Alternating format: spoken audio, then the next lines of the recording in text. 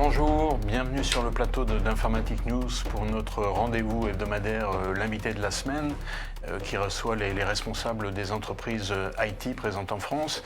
Alors en fait, je devrais dire les invités de la semaine, puisque aujourd'hui nous avons le plaisir de recevoir Éric Lallier, qui est directeur général de Lenovo France, et Jean-Christophe Morisseau, qui est directeur infrastructure. Messieurs, bonjour. Bonjour. Et, bienvenue à notre rendez-vous, à cette reprise, après des vacances bien méritées.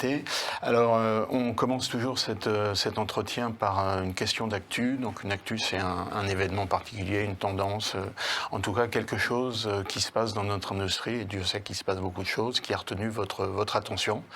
Donc, je ne sais pas. Oui, il y en a beaucoup. Bonjour à toutes et à tous d'abord. Et puis merci de cette invitation pour la reprise ou pour la rentrée. Les points d'actualité aujourd'hui, on ne va pas parler des JO, hein, même si on est tous fiers du succès qu'on a vu. C'est pas fini. Et c'est pas fini. Et les Jeux paralympiques se passent de la même manière et annoncent le même succès. On croise les doigts jusqu'au bout.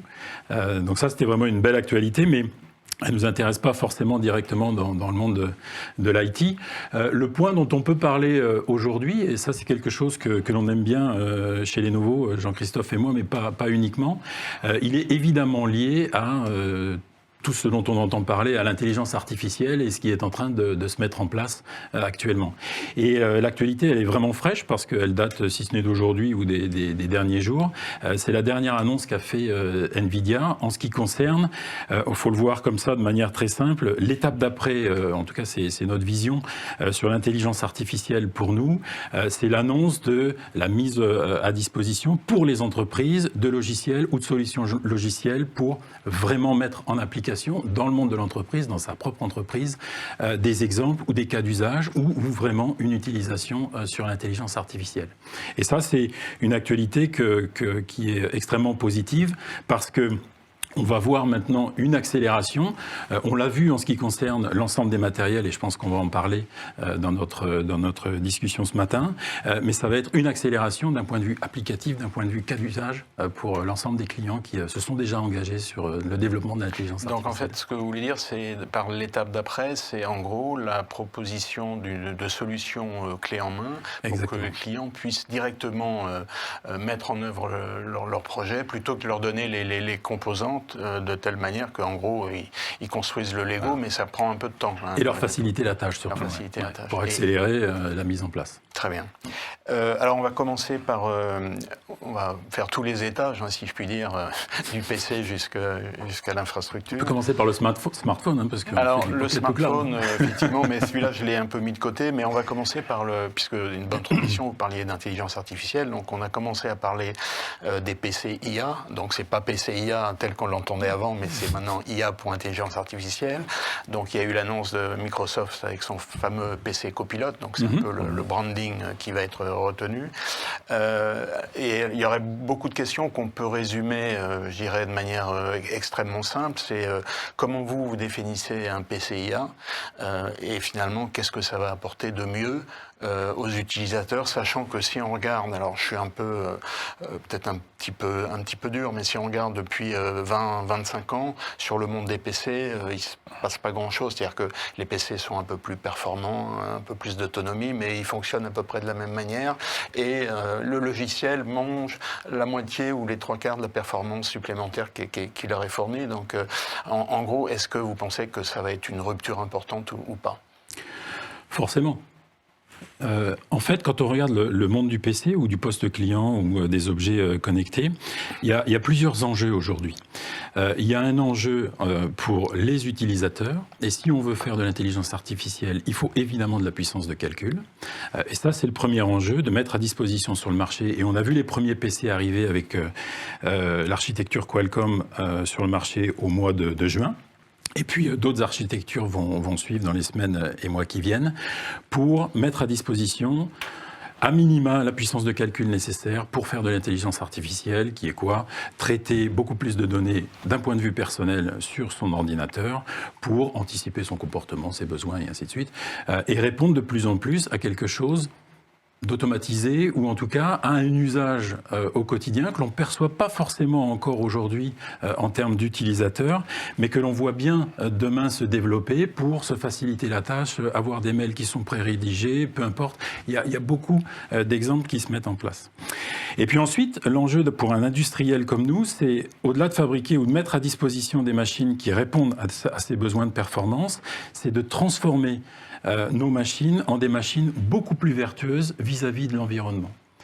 Et là, quand on regarde les nouvelles machines dotées de l'architecture Qualcomm, elles consomment beaucoup moins en énergie. Elles sont beaucoup plus puissantes avec la parallélisation des traitements, mais elles consomment beaucoup moins en énergie. Et nous, pour le PC de demain, la vraie transformation, pas forcément visible pour un utilisateur X ou Y, mais il y a une vraie transformation sur le PC pour qu'il soit plus durable, recyclable, qu'il dure plus longtemps en termes d'utilisation avec une seconde vie que l'on est en train de mettre en place sur le marché et une vraie transformation en termes de fabrication également. Et alors, quelle a été la réponse du marché? Parce que vous-même, vous avez fait des annonces en mai ou en juin. En juin, oui. Quelle a été la réponse du marché? Est-ce que vous pensez que ça va vraiment être une rupture dans le sens où, bon, il y a eu, si on regarde le marché du PC, il y a eu le Covid qui a donné un boost phénoménal, puis après ça s'est relativement tassé. Est-ce que on entre dans un nouveau cycle grâce à ça? Oui, on ne le voit pas à l'heure où on se parle, parce que les premières machines sont arrivées en juin, c'est très tôt. On voit les ventes qui démarrent, mais on est vraiment sur des modèles très haut de gamme, donc les ventes démarrent doucement. Mais la vraie rupture ou l'accélération, on la prévoit plutôt pour le milieu de l'année prochaine, où on aura évidemment beaucoup plus d'applications, beaucoup plus de cas d'usage, liés au premier point d'actualité qu'on commentait juste avant, pour que les utilisateurs en tirent des bénéfices et une meilleure utilisation, une meilleure performance, et un gain de temps, un gain de puissance et d'utilisation pour chacun. D'accord. Alors si on continue, je dirais, sur le spectre des différentes solutions, donc l'IA aussi, ça touche les serveurs. Donc vous avez fait des annonces en matière de Sync System, oui. En particulier des serveurs avec des GPU AMD, si je ne me trompe. Oui. Comment vous voyez cette évolution et qu'est-ce que ça va apporter? Est-ce qu'il y a déjà des solutions qui sont mises en œuvre chez les clients? Si on regarde, en fait, on parle de cette nouvelle IA, cette IA nouvelle génération plutôt depuis novembre 2022, donc c'est ChatGPT et ça a eu une évolution foudroyante et les clients semblent déjà adopter un certain nombre et mettre en œuvre des solutions. Est-ce que vous, avec ces serveurs que vous apportez aux clients, est-ce que vous répondez aux attentes? Alors au niveau des attentes des clients, ce que l'on voit, c'est que mettre en œuvre des solutions d'IA, c'est mettre en œuvre des solutions qui sont extrêmement énergivores, qui sont extrêmement demandeuses en termes de puissance informatique. Et donc tout l'enjeu pour nous, c'est d'arriver à fournir des machines qui permettent de fournir cette puissance, mais tout en gardant une forme de sobriété énergétique. Et l'enjeu, il est là, c'est cette équation. C'est plus de puissance, tout en conservant la main sur la consommation d'énergie. Et comme on est dans le data center, cette consommation d'énergie, elle va avec une dissipation de chaleur, et donc la capacité à être aussi dans une capacité à optimiser la perte d'énergie qui vient avec l'augmentation de la puissance. Donc c'est tout l'enjeu, toutes ces équations qu'on est en train de travailler. Donc on a fait des annonces par exemple cet été de nouvelles machines qui sont beaucoup plus denses, qui sont beaucoup plus frugales en termes d'utilisation d'énergie, qui délivrent plus de capacité de traitement par unité d'énergie consommée. On fait aussi beaucoup d'annonces autour de la dissipation de la chaleur avec des produits qui permettent de refroidir les data centers avec de l'eau. C'est la solution Neptune. C'est la solution Neptune. On en parlera peut-être un petit peu après de manière spécifique, mais si on continue sur ces serveurs, donc vos annonces Sync System, c'est avec des GPU AMD, si je ne me trompe. Alors il y a de l'AMD, il y a bien évidemment de l'NVIDIA. Il y a du NVIDIA aussi? Absolument, absolument. Donc en fait, on est en train d'ouvrir et faire en sorte de rester dans notre position qui est de dire que nous sommes agnostiques.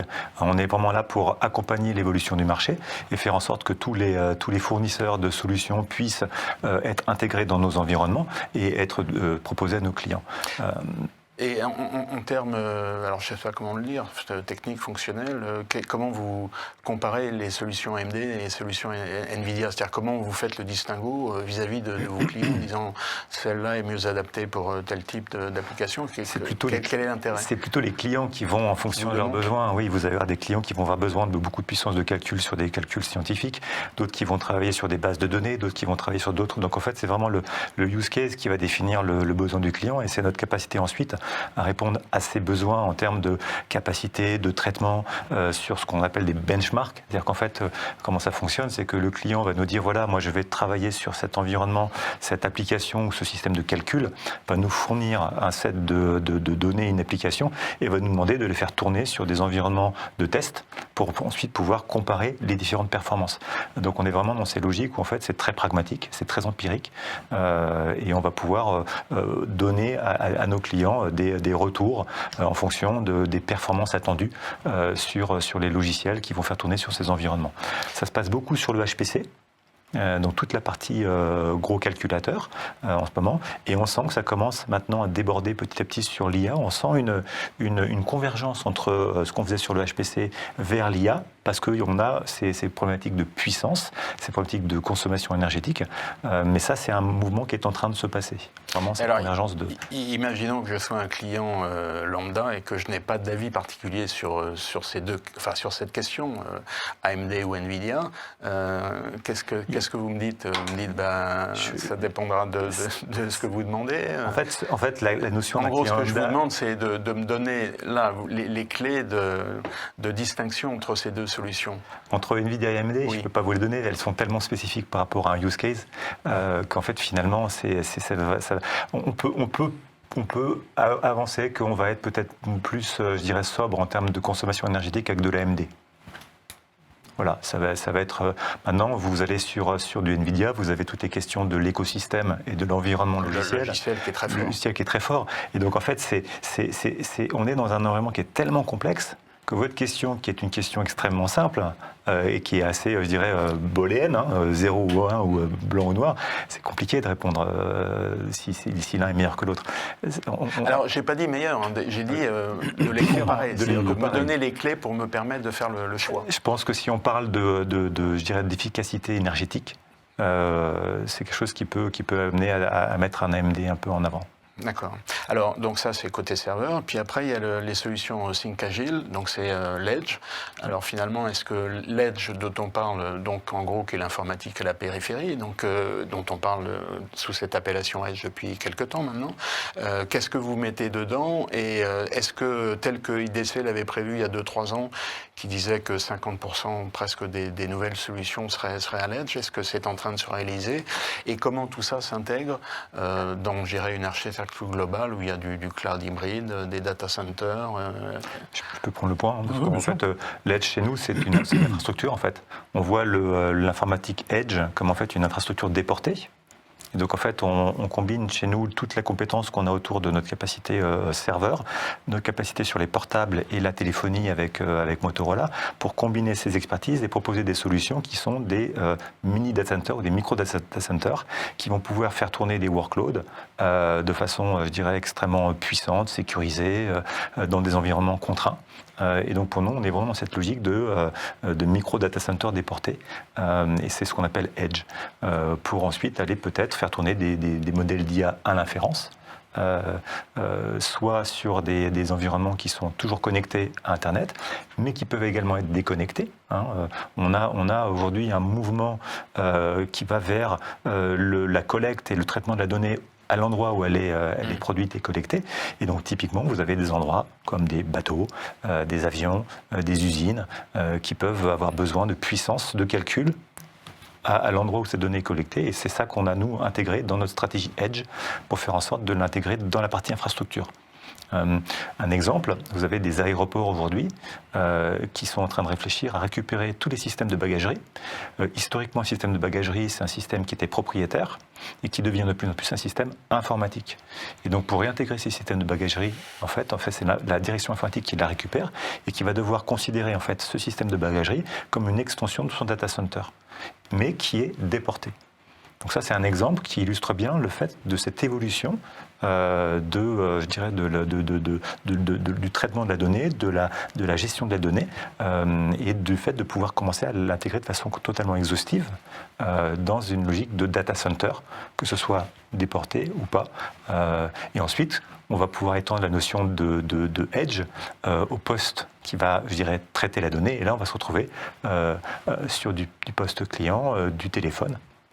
Et on va se retrouver toutes les logiques de PCIA.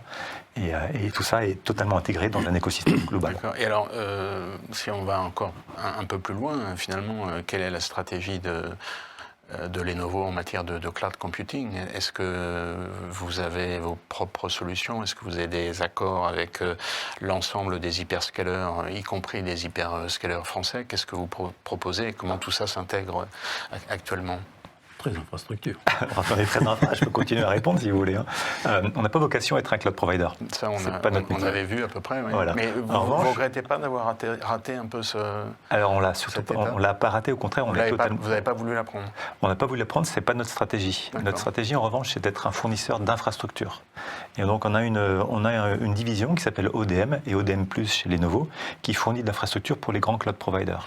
Et aujourd'hui, on fournit quasiment la plupart des grands acteurs du cloud sur des machines qui sont en marque blanche, qui sont des machines Lenovo qui sont qui sortent de nos usines et qui sont designées et fabriquées selon les cahiers des charges de ces grands cloud providers. Donc on est présent dans ce marché, c'est un très gros marché pour nous. On n'est pas présent en tant que Lenovo. Il n'y a pas l'étiquette Lenovo sur ces non, machines. Mais c'est une activité qui est extrêmement... en fait, effectivement, c'est une question que je voulais prolonger en vous demandant, dans l'évolution du marché, comme le cloud prend de plus en plus de place, que les hyperscalers ont une puissance de feu absolument phénoménale, qui sont capables aujourd'hui de designer et éventuellement de construire ou de faire construire leur serveur.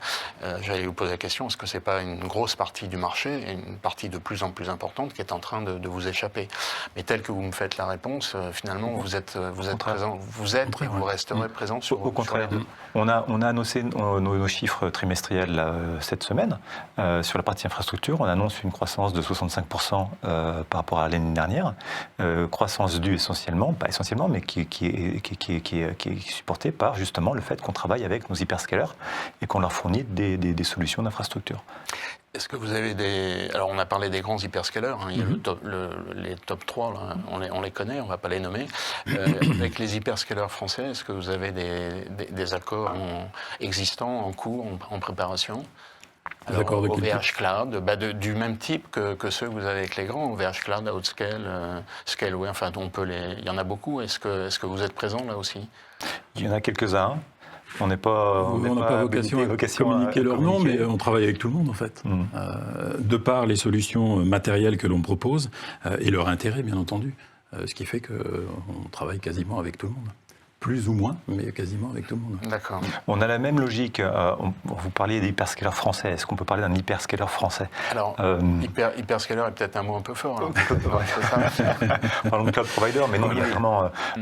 et on a des acteurs qui sont des acteurs de classe européenne en France, avec lesquels on travaille. Effectivement, c'est la même logique. C'est comment je fais pour apporter de la puissance informatique qui est optimisée dans sa capacité à rentrer dans des data centers qui sont de plus en plus contraints au niveau du foncier, qui consomment de moins en moins, et qui, au mètre carré, me délivre de plus en plus de puissance de façon sécurisée et stable.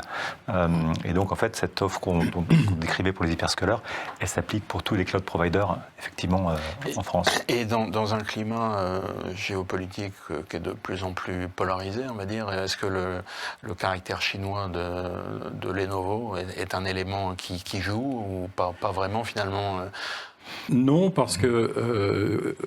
Avant tout, et depuis déjà maintenant un certain nombre d'années, et depuis peut-être l'accélération avec les rachats des PC d'IBM, des serveurs d'IBM, des smartphones Motorola, on est une société aujourd'hui globalisée, et vraiment perçue comme une société globalisée.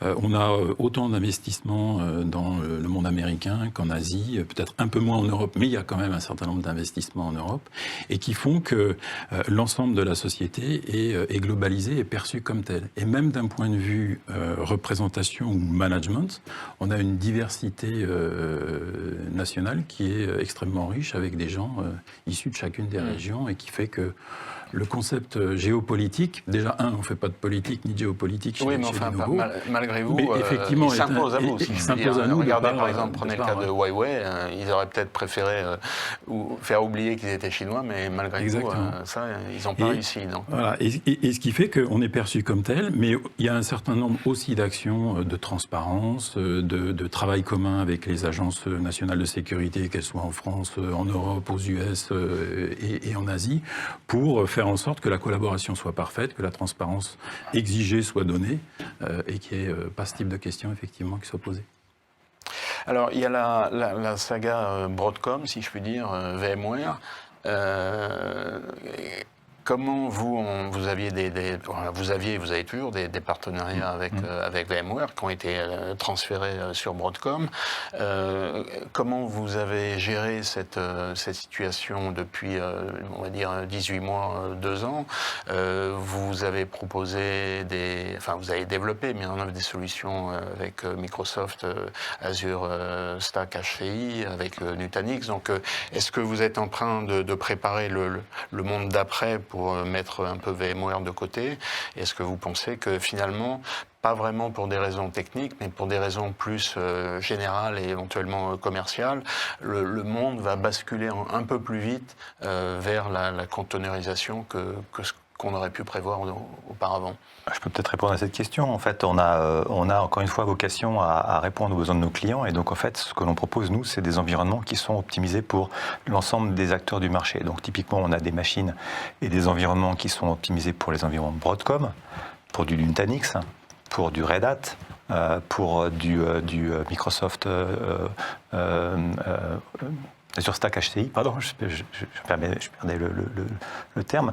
Et donc, en fait, toutes ces machines étaient présentes et ces solutions étaient présentes avant même le rachat de Broadcom. Et donc, en fait, on continue à livrer ces environnements, on continue à travailler avec les clients. Et donc, en fait, on n'a pas vocation à orienter les clients d'une solution vers une autre. C'est leur stratégie applicative, c'est leur stratégie de migration, de Move to Cloud, qui va définir sur quelle plateforme ils veulent atterrir. Et c'est notre mission de faire en sorte que ces machines soient hyper convergées, qu'elles puissent être intégrées dans des logiques d'hybridité du cloud et faire tourner les environnements logiciels que les clients veulent bien faire tourner. Donc on n'a pas vocation à faire migrer des clients d'une plateforme à une autre.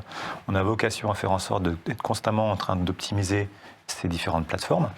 Et quand un Nutanix ou un Azure accélère sur un environnement, c'est notre responsabilité de faire en sorte de proposer une solution qui fasse tourner ces solutions logicielles. Alors, je vais pousser ma question un petit peu plus loin. Est-ce que vous pouvez me donner quelques retours des clients sur ce qui s'est passé ces derniers temps? Est-ce que les clients, alors vous pouvez peut-être en citer quelques-uns, les clients qui seraient significatifs en France, vous en fait part des difficultés qu'ils avaient à continuer à travailler avec VMware et qui souhaiteraient s'orienter vers d'autres solutions. Donc là, je ne vous demande pas de prendre parti, mais je vous demande de me dire ce que font vos clients finalement, comment ils ont réagi à toute cette affaire. Les clients, on les voit et ils parlent, ils ont des porte-voix. On entend le SIGREF avec Jean-Claude Laroche qui exprime son insatisfaction. Donc là, il parle au nom des clients et on a les mêmes clients, si vous voulez. Et donc, ils vous disent la même chose. Ils nous disent la même chose. Et donc, qu'est-ce qu'ils vous disent si on pouvait synthétiser? Ce qu'ils nous disent, et c'est ce qu'on a vécu, c'est qu'il y a une forme de perte de contrôle par rapport à cet environnement VMware. On n'est pas dans une problématique technique, on est dans une problématique de gestion de contrat. Et donc, en fait, il y a eu un moment de flottement, un moment où du rachat, et il a fallu attendre pour savoir comment on allait être, traité. Et donc, les clients se sont posé la question de leur dépendance à un grand acteur sur un ensemble logiciel qui est stratégique pour eux. Et donc, ce qu'on a vu, c'est des discussions autour de solutions alternatives. On en parlait tout à l'heure. On a clairement des clients qui se posent la question de savoir est-ce qu'ils ne vont pas partir sur des environnements Nutanix, est-ce qu'ils ne vont pas accélérer leur migration vers le container sur des plateformes Kubernetes. D'autres qui sont déjà clients Microsoft qui se disent peut-être que je vais amener des workloads sur des environnements Microsoft. Oui, ça frémit, c'est des choses, ces discussions qui sont en cours et on est obligé d'accompagner ça. Donc oui, effectivement, les clients se posent beaucoup de questions et il y a beaucoup de réflexions aujourd'hui sur différents termes, sur qu'est-ce que je fais à court terme, à moyen terme et à long terme. Et vous posiez tout à l'heure la question de la containerisation. C'est une question qui est là depuis quelques années. Bien sûr, non, j'entends bien. Mais il y a je dirais, l'évolution technique, et puis après, il y a le panorama général. Et donc, de ce point de vue-là, Broadcom a quand même modifié un peu, a relancé le marché. Il a relancé la réflexion et la capacité des clients à se poser la question de leur dépendance et de savoir comment ils veulent se projeter à long terme sur leurs environnements virtualisés ou pas.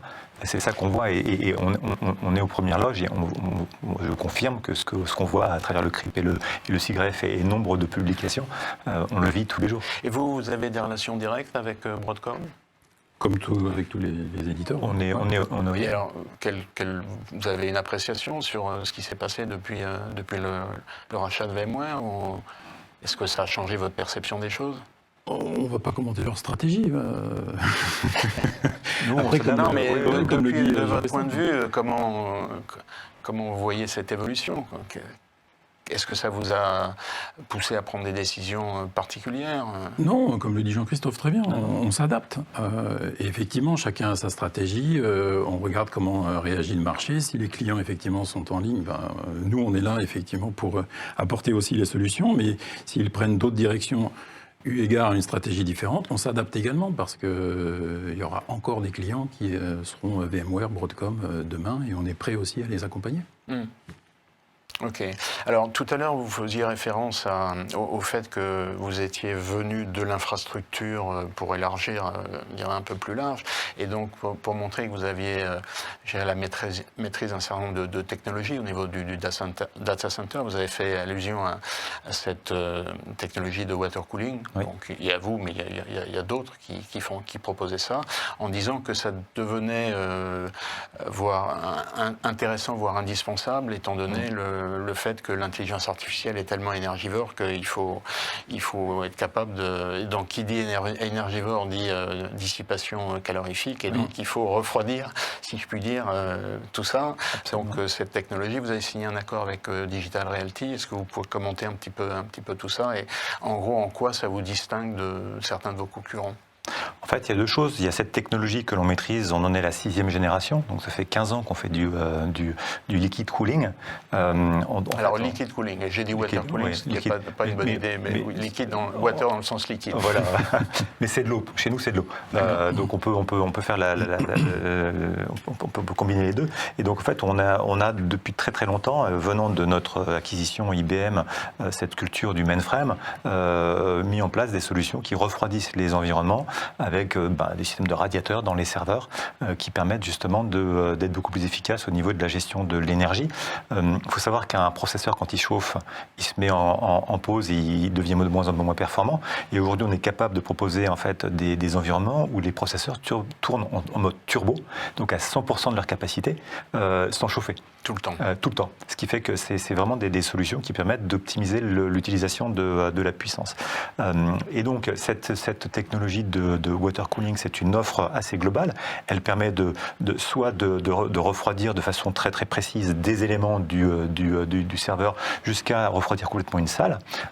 Et l'accord qu'on a passé avec Digital Realty, c'est justement de dire, voilà, on travaille avec un grand acteur des data centers pour faire en sorte d'avoir des salles qui peuvent accueillir ces environnements. D'accord.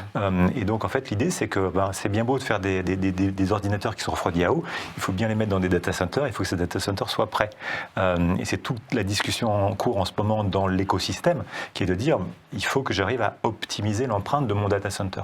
Et donc, de faire en sorte de faire arriver de l'eau, de créer des environnements qui permettent justement d'optimiser ce critère qu'on appelle le PE, qui est en fait l'empreinte énergétique du data center, et de faire en sorte de le faire converger de plus en plus vers qui est de dire, voilà, une unité d'énergie consommée produit une unité de puissance informatique, ce qui n'est pas le cas aujourd'hui. Et donc voilà pourquoi on s'allie et qu'on travaille avec Digital Realty pour faire en sorte de dire à nos clients, regardez, on a des machines et des environnements, des solutions qui sont très efficaces qu'on peut apporter dans des environnements data center qui eux-mêmes sont réfléchis pour être aussi efficaces. Et donc Digital Realty a déjà mis en œuvre ces solutions-là ou Oui, c'est encore oui. Alors il y a des mises en œuvre en Virginie, si ma mémoire est bonne. On a fait des premiers data centers en Virginie. On va commencer à travailler sur l'Europe, c'est quelque chose qui a été annoncé cet été, mais on peut s'attendre assez vite à avoir une offre beaucoup plus structurée qui permet justement de dire à un client vous devez être beaucoup plus, moins impactant au niveau de l'environnement. Vous pouvez faire atterrir vos environnements en water cooling chez un provider ou un hébergeur qui peut l'opérer. Alors, je vous pose la question, je fais un peu la réponse que vous allez me faire, mais il y a des discussions en cours avec d'autres hébergeurs. Je pense à Equinix en particulier, qui est quand même un fournisseur incontournable de ce marché-là. On a annoncé Digital Realty, on va commencer sur cette voie-là. Vous pouvez imaginer. Vous n'allez pas vous arrêter à Digital Realty. Est-ce que ces solutions-là, elles peuvent être mises en œuvre avec des serveurs qui ne sont pas Lenovo ? Absolument. En fait, oui. Elles sont neutres par rapport à... Vous voulez dire les solutions de water cooling? Voilà. Non, en fait, non, elles sont... Donc, en gros, si je prends la solution de water cooling, je prends la totalité de l'offre. Oui, parce qu'en fait, vous achetez un serveur qui arrive et qui embarque dans son moteur... C'est dans son propre serveur. Voilà. Oui. C'est un peu comme une voiture avec un radiateur, si vous voulez. C'est la même logique, si vous voulez. Vous ne pouvez pas acheter un radiateur seul et puis le poser sur... Non. Là, on a toute la techno qui permet justement d'optimiser la performance du serveur. Retourner la question en disant plutôt que c'est un avantage que vous offrez à vos futurs clients par rapport à vos concurrents. C'est-à-dire que vos serveurs apportent cette technologie-là qui couvre la totalité des serveurs. Vous en avez encore en refroidissement air classique et puis on fait les deux. Bien sûr, on fait les deux. Mais ce qui permet, ce que Jean-Christophe allait dire, j'en suis sûr, mais ce qui permet maintenant d'utiliser des data centers sans clim, grâce au refroidissement, effectivement. C'est dommage parce que quand il fait très chaud, c'est un endroit où on peut aller pour se... Passez vos vacances dans des data centers pour vous rafraîchir. Oui. Ça peut être un peu bruyant. Quoique non, c'est moins bruyant que le water cooling parce qu'en fait, ce que l'on fait, c'est qu'on enlève les ventilateurs. Un ventilateur dans un serveur, dans un rack, c'est 30% de consommation et c'est 50% de la place. Et donc en fait, on enlève les ventilateurs, ça fait moins de bruit, ça consomme moins et à la place, qu'est-ce qu'on met? On met des processeurs.